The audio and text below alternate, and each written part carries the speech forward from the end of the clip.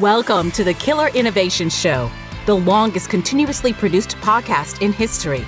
Each week, Phil McKinney brings you the insights and strategies to amplify your creativity and innovation skills. Here's your host, Phil McKinney. Welcome to the bus. We are still here in Richardson, Texas. We've had a great opportunity to engage with the local community, local leaders, politicians. Around a week here in Richardson, Texas, around autism. We have hosted a Hacking Autism Hackathon here at the Eisman Center in Richardson. Had great success for that. And coming up later on this same week would be the show put on by Kevin Spencer. And Kevin is my next guest here on Killer Innovations. Kevin is an illusionist. He's a magician. This guy is amazing. And as an engineer, every time I see his act, see him do things, I'm always trying to decipher how he did it, and he fools me every time. But Kevin's different. Kevin, as you'll hear in the interview, talks about his own personal journey to where he is today, where now he has a certification of autism studies. He's got a master's in education and arts and interdisciplinary education. He is known as the Kid Whisperer. I've seen him walk up to kids who are autistic and immediately connect and immediately have a conversation. Kevin has developed a series of therapies based on illusion, magic tricks, teaching these kids magic and having a therapy impact on these kids. And it is eye-opening. And Kevin talks about how he came up with the idea and how he tried it out and how he tested it. And now the success he's got. He has programs for therapy that are medical. They've done the research. They've proven. As an example, he talks about in this interview how people have tested the use of magic to reduce the stress for children going in before surgery, and how much that has reduced stress. He's also used it in the classroom. He has a classroom curriculum. If you're a homeschooler, he has programs specifically for homeschoolers. He travels the world. He is in Richardson this week, partnering with the city of Richardson, partnering with Hacking Autism to show and be in the school systems here on the use of illusions and magic and the impact that it can have on not only therapy, but unleashing creativity and innovation in children, specifically the autistic. So with that, we're going to jump into the show. But before we do that, got a favor to ask: like, share, and follow. Like today's episode, share it with somebody you know, and follow us on social media. And with that, let's jump into this week's episode of Killer Innovations.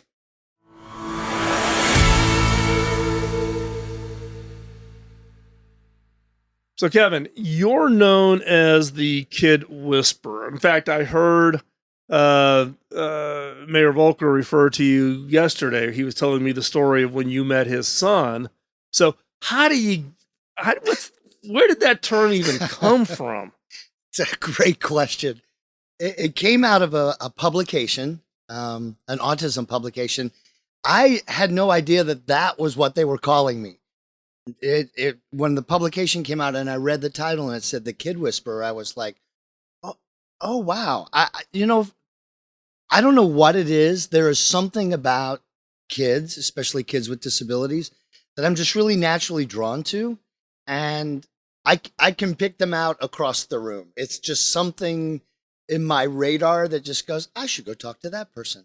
And they're very open. I mean, I can sit down and I don't know if that's something in my personality, if it's something, I don't know what that is. But once I sit down and just start talking to them, it just seems they relax, they open up. I have had so many teachers. It was actually a teacher in that article who called me the Kid Whisperer. I had been in her classroom in Ohio working with several groups of middle school kids on the autism spectrum. And she came up afterwards and she was like, how do you do that? And I'm like, how do I do? She's like, you just come in and they just open themselves to you. How does that happen? I'm like, in my mind, I'm thinking, don't they do that with everybody? Because I don't have anybody in my family who has autism. I haven't been exposed to it in the last 10, 15 years quite a bit. So, but how did you get involved with autism? That's a great question. It's going to cause me to go back a little bit to lay that foundation. So I'm a magician. That's my job. And early in my magic career, I had a really bad automobile accident. Hit by a tractor trailer. Ended up in neurological intensive care with a closed brain injury and a lower spinal cord injury. Tough time. Long-term rehab was really frustrating for me. I needed to rebuild my motor skills, the sequencing of my thoughts, so many different areas that were impacted by the accident. And traditional forms of therapy were really frustrating. I didn't find them motivating. They were too repetitious.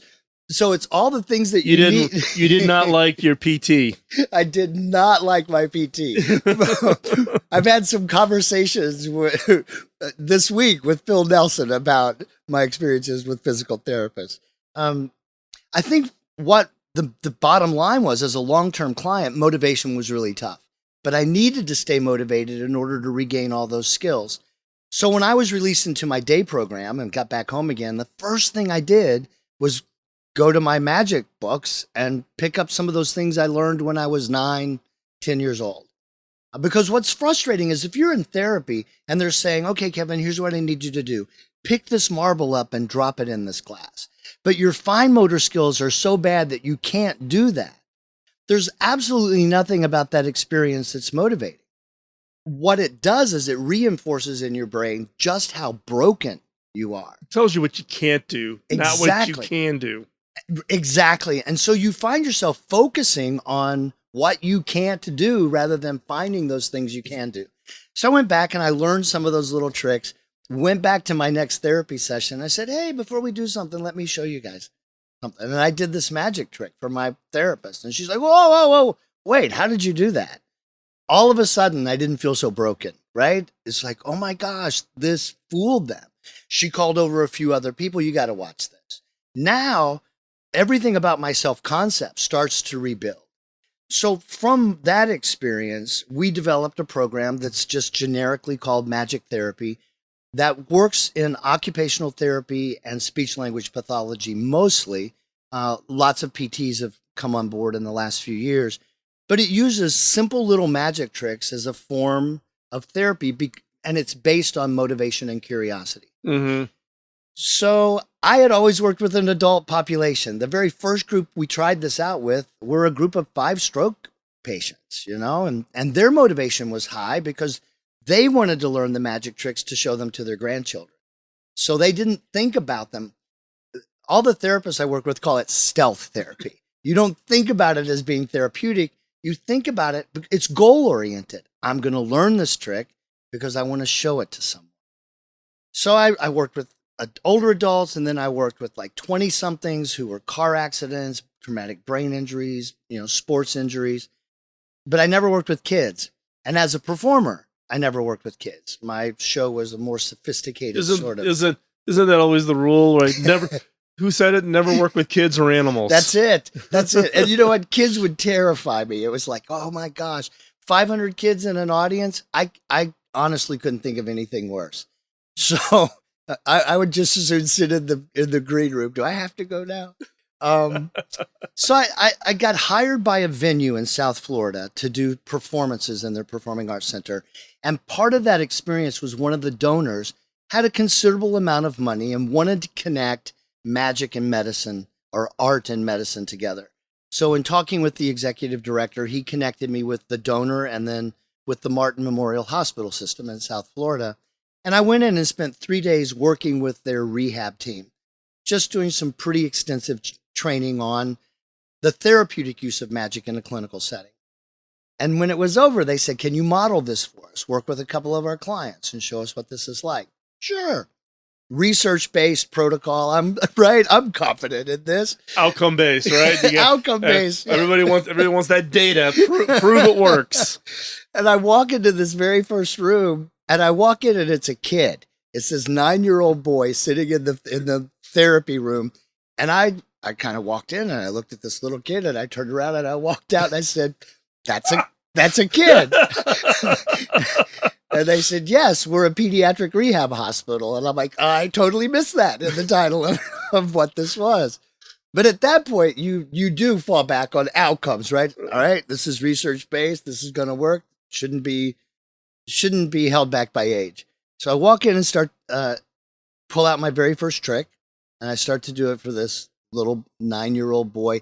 And to kind of paint the picture for your listeners, it was a situation where he's sitting across from me, and sitting behind him was his occupational therapist and his speech language pathologist. Sitting behind me was his dad. Now, I can't see his dad, but I can see him in the PT and the OT.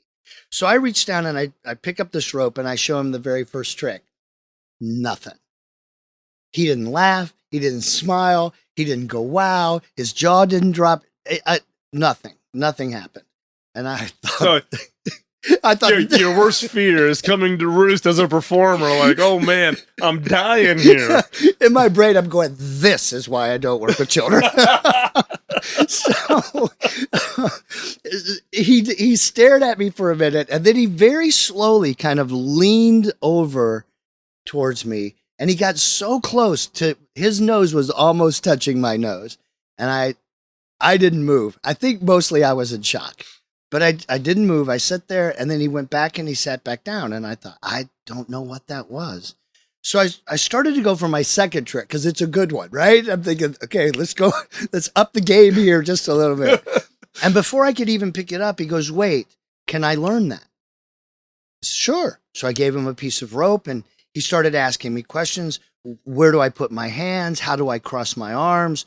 And so we had this great conversation, and he performed this trick many times. You make a knot appear on the rope. And so we would start to mark the rope and say, well, make it appear on the black line. Can you bring it over to the red line?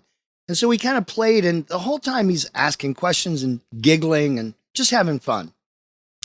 I go to the second trick, which is a good trick. And these paper clips leap up in the air off of this dollar bill, and he just starts giggling. And I'm thinking, oh, this is the trick. And he's like, I can learn. Absolutely. So I gave him his dollar bill and his paper clips. Again, all these questions. How do I pick up the paper clip? How do I fold the dollar bill? So we had this conversation. He performed that trick many times. It's pretty kinetic and very addictive. When it was all over with, we went for about 20 minutes. He stood up and just very awkwardly slapped me a high five and left the room with his occupational therapist. And I was just sitting there, and I'm looking at his speech path, who's also just sitting there, and I'm trying to figure out what just happened. And in that silence, I could hear his dad behind me, and his dad was crying. And as I stood up, his dad just grabbed me and gave me this enormous hug and said, that's the first time I've ever heard my son speak. Oh, jeez. Yeah. And it was, for me, it was the first time I heard the word autism. And that little boy changed my life. I started to think, what just happened here? What was this? You know, at what level did this magic touch him? And at what level did this kid just wreck my soul, right? And then that was the beginning.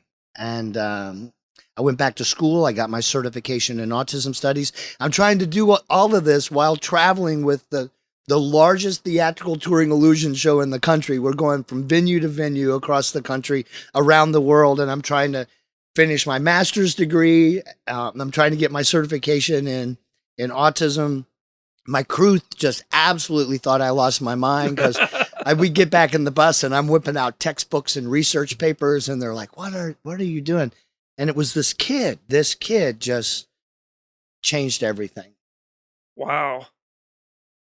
Yeah, I mean, we've gotten to know each other because of the Hacking Autism work, and we showed a film yesterday called Jordan's Story. Jordan's the son of a husband and wife that we've gotten to become very good friends with in the Valley, and through some technology that we were developing at HP and with Terra, touch technology, Jordan was able to figure out a way using the a little post-it note app where you could record a voice to string single words. He could say single words, but couldn't string a sentence. But he would string them on so he could touch the post-it notes in Oh, order. wow.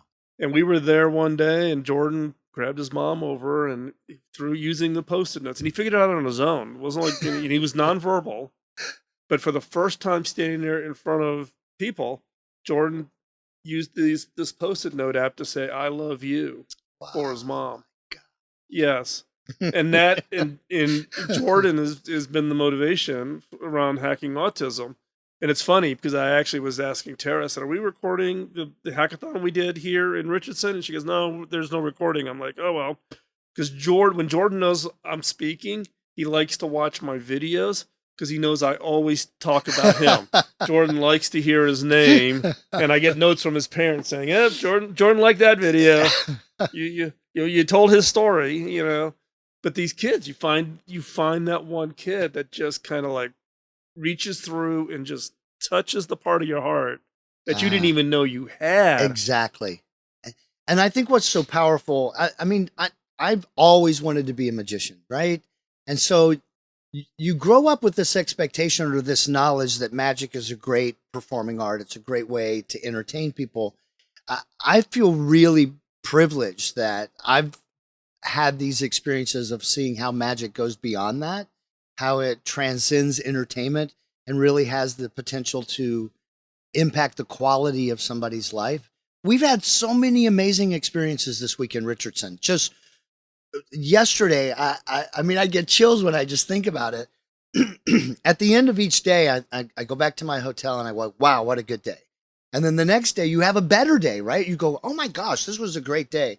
And by the time we hit yesterday, I'm exhausted, but I'm in my room just thinking back over the last 3 days and what we've seen happen with the transformation that happens in children because of art. Right. You know, I of course, I'm going to be that huge advocate for magic because I love the way that magic kind of taps our curiosity, and it gives a kid the ability, especially a kid who's been told their whole life that you can't, right? It gives them the ability to do something that can't be replicated by a typical developing peer or sibling, and that is incredibly empowering to them. Right. And I love the way they come up with their stories. You know, we were chatting about creativity. There is amazing creativity buried inside of them that they just rarely have the opportunity to let it out. Right, exactly. We talked about this yesterday at the hackathon, which is, you know, I'm big on neurodiversity hiring because if you're trying to be a high impact organization and innovation plays an important role, you need to hire people who look at problems differently. And those on the autism spectrum look at everything differently. You know, Everything. like breakfast is looked at differently, much less any problem you would put in front of them. And if you can find a way to tap into that, to make your organization open and willing and supportive to bring them in, this community, which has an 81% unemployment rate, can unlock unbelievable amounts of innovation, creativity, human ingenuity, things that all organizations are just hungry for, but we're ignoring an entire segment of the population. Yeah. And you're finding that just in this, you know, tapping into it. What have you done? You were doing the therapy. Have you done anything? Have you modified that to be specific for autism, or is it just kind of still what you started off as the therapy? Great question. When the program first started, we called it Healing of Magic, Right. which works pretty well everywhere until, you know, you find yourself doing an interview with a newspaper reporter somewhere in California who's taking those words way too literal. Like, oh, so how does the magic heal? And do you touch them a certain way? And it's like, whoa, whoa, whoa. All right, backing up. So we went to magic therapy because it so aligns with the other creative arts therapies. Correct. Like dance therapy, music therapy, art therapy, drama therapy, magic therapy. And so from a medical academic perspective, it's like, oh yeah, that's another therapeutic approach. So what we did for kids, we have the magic therapy program. We kind of morphed it into another program called Hocus Focus. And Hocus Focus was really designed for schools, homeschooling or for a school system, where every magic trick in the program works with the OT and the speech path to address the objectives of a kid's IEP, individual education program, that are functional. They're functional skills. But every magic trick is now also connected to a common core standard of learning in math, science, language arts, or history. So the teacher in a self-contained special education classroom can use this magic trick to deliver academic content. And then the OT and the speech path can use the same trick and reinforce those things to work on the functional objectives that are a part of a kid's IEP. So it really is about building that kind of interdisciplinary, multidisciplinary and team. What's been the adoption within the school systems? So we talked about data driven, Right. outcome driven. The arts in general, I think, academics are so quantitative and data driven. Artists are pretty qualitative, and when you say, how do you measure the impact of what you do as an artist, and every hair on the back of your neck goes up a little bit, because oh my gosh, art is subjective and it's an individual experience, and how can you measure that? But I also recognize that as a magician, data is pretty important. If I'm going to throw my body through the whirling blades of an industrial fan, I really want to know that's going to work 100% of the time. So data kind of means something to you. So part of what I really wanted to do for teachers is demonstrate to them that you can measure the impact of a performance art-based curriculum. So a couple of years ago, I worked with a colleague and we developed and psychometrically validated an assessment instrument for teachers that allows them to measure the impact of an arts-based approach in cognition, motor skills, communication, social skills, and creativity. Once we launched that ability to measure it, the adoption rate of the Hocus Focus program increased dramatically. We have several school districts, dozens of school districts in the U.S. Our biggest markets are outside of the United States, where surprisingly, they have a different value of the arts in their society. So I have some pretty big programs in Russia, Germany, Poland, several countries in Africa, Scandinavia, big programs in the UK and in Ireland. So it seems like it's been more accepted outside of the United Do you States. think that's okay? We're gonna take a rabbit hole now that you've opened up that door, because I'm a big proponent that we need to bring back the arts into the education system. I was working with the this is over a decade ago, the woman who was equivalent of the Secretary of Education for Singapore. And Singapore was trying to change their economy. They wanted to move to this creative economy.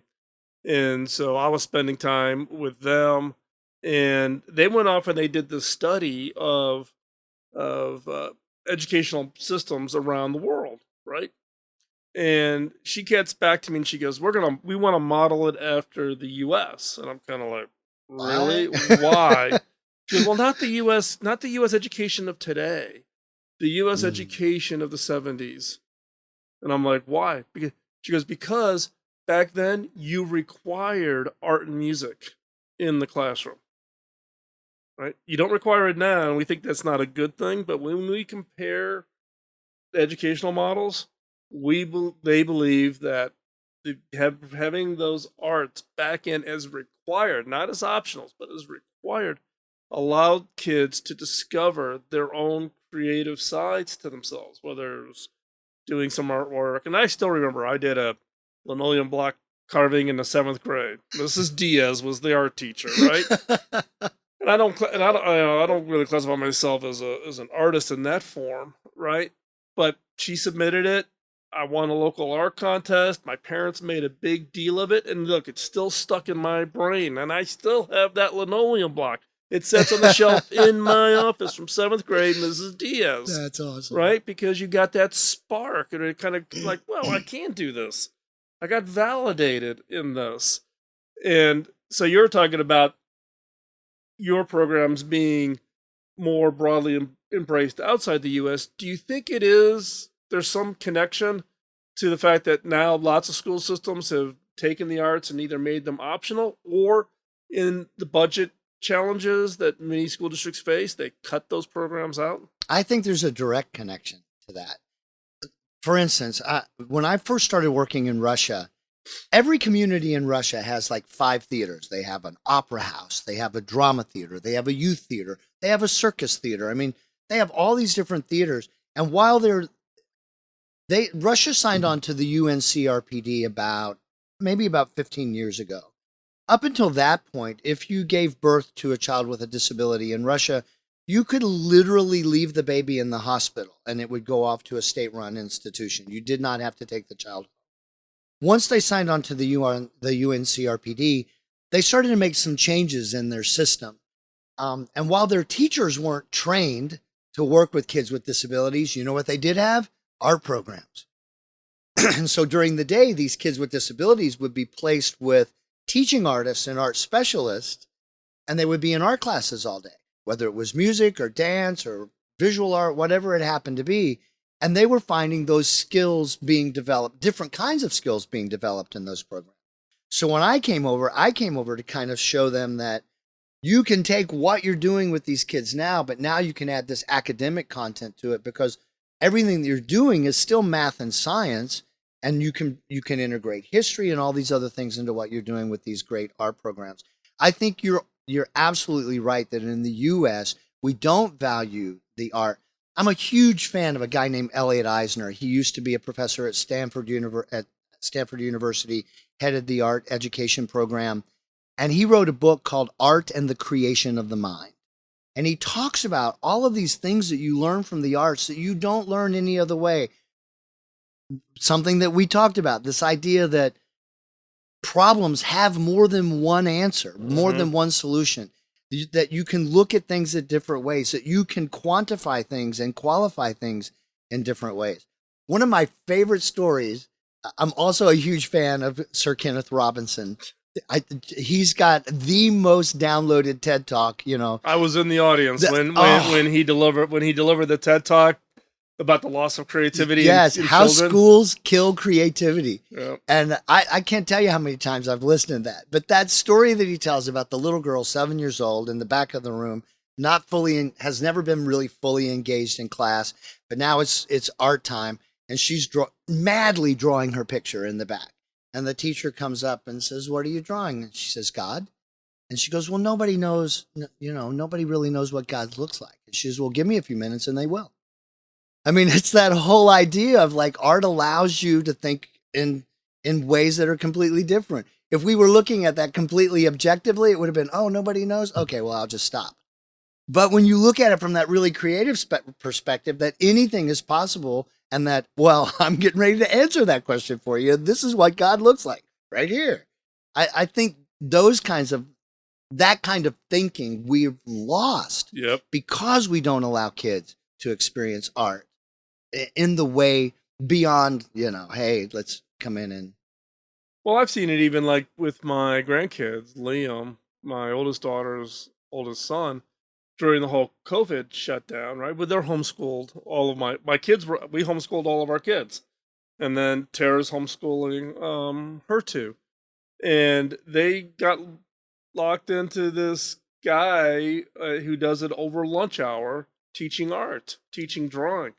And Liam just became addicted to this thing, right? He was like, he would go nowhere without his notebook and his pencils. He would, you'd find him over in the corner. Everybody else is like watching a movie. Nope. Liam's working on a drawing or whatever. And you just saw just this side. I mean, he's a very creative kid. But you saw this something in this spark that just got lit in this kid.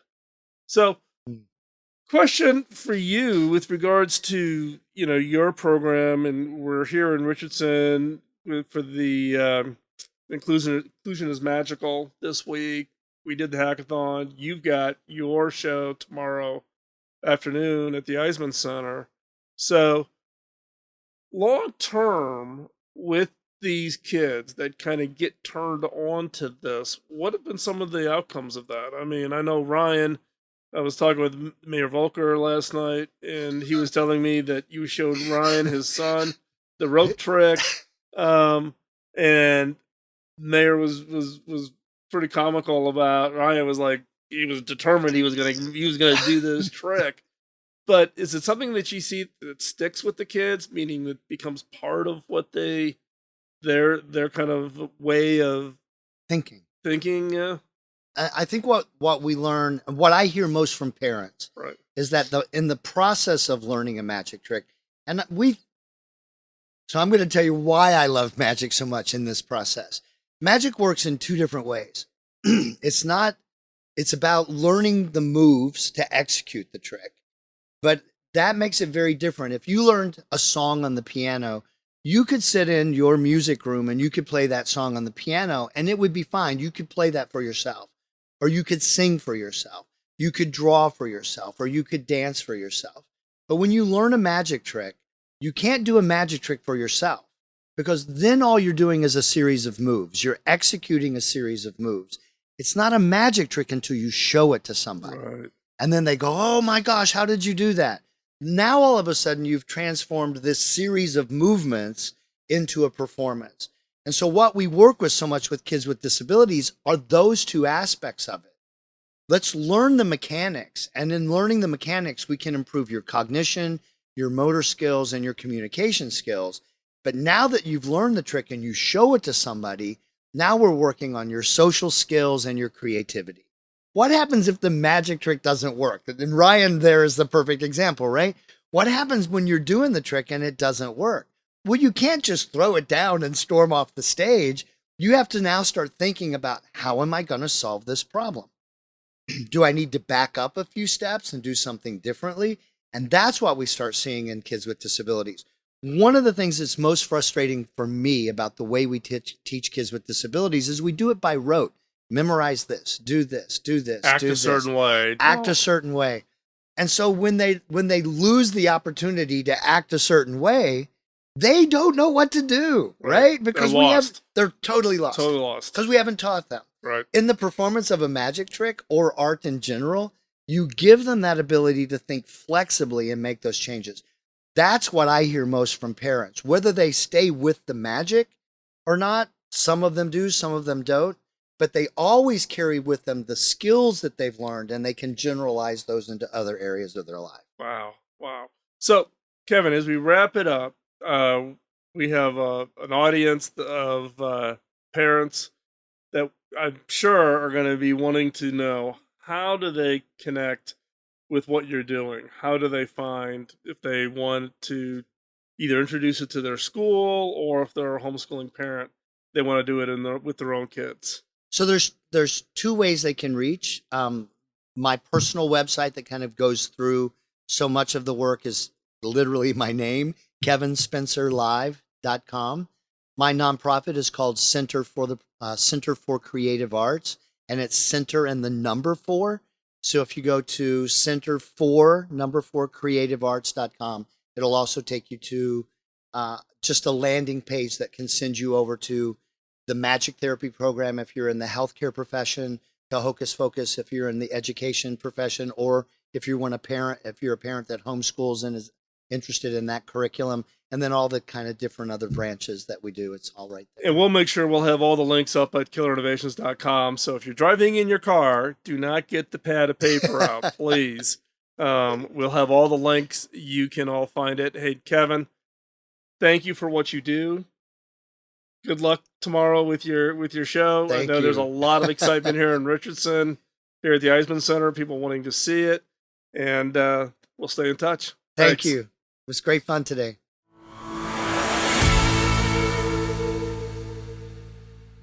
Isn't Kevin's story absolutely amazing? Hearing about the impact that he's had in creating something out of a passion he had, his own experience after his tragic accident in therapy, and bringing that all together. I think it's like one of the best, if not best example I've come up with personal experience leading to a highly creative, innovative approach to therapy and the impact that it has. And I'm particularly given that Kevin, myself, my daughter are all very focused in the autism community. And my daughter and I run the nonprofit hackingautism.org. Kevin has his programs. We've come together in Richardson this week for Inclusion is Magical is the name of the week here in Richardson, coming together as a community to focus on what can be done to support, enable, and change society to be more accepting and more open to those that are on the autism spectrum. So hopefully you enjoyed that show and greatly appreciate. Again, we value your time. If you got feedback on this show or other shows, let us know. If you know somebody, whether it's your own family, extended family, somebody that has someone in their family that is on the autism spectrum, why not share this show? Send them the link. Encourage them to listen to it. Listen to Kevin's story, but also follow the links we'll have over in the show notes to his materials so that you can take advantage of it. Take it into your school system. It's not just for those that are autistic. It has obviously a huge benefit there, but it's also a way to change the educational model, as Kevin talked about in the interview. So share this show with somebody you think, if it's a teacher, a therapist, somebody working with children. Take advantage of the materials that Kevin has out there. I cannot say enough about Kevin and the work I've seen him do in the classroom and in the programs that we are jointly involved in. So please share that. And with that, we are going to sign off. We do appreciate your time, but we will be back soon with another episode. Bye-bye. Podcasting nonstop since 2005, this has been the Killer Innovation Show on the Innovators Network.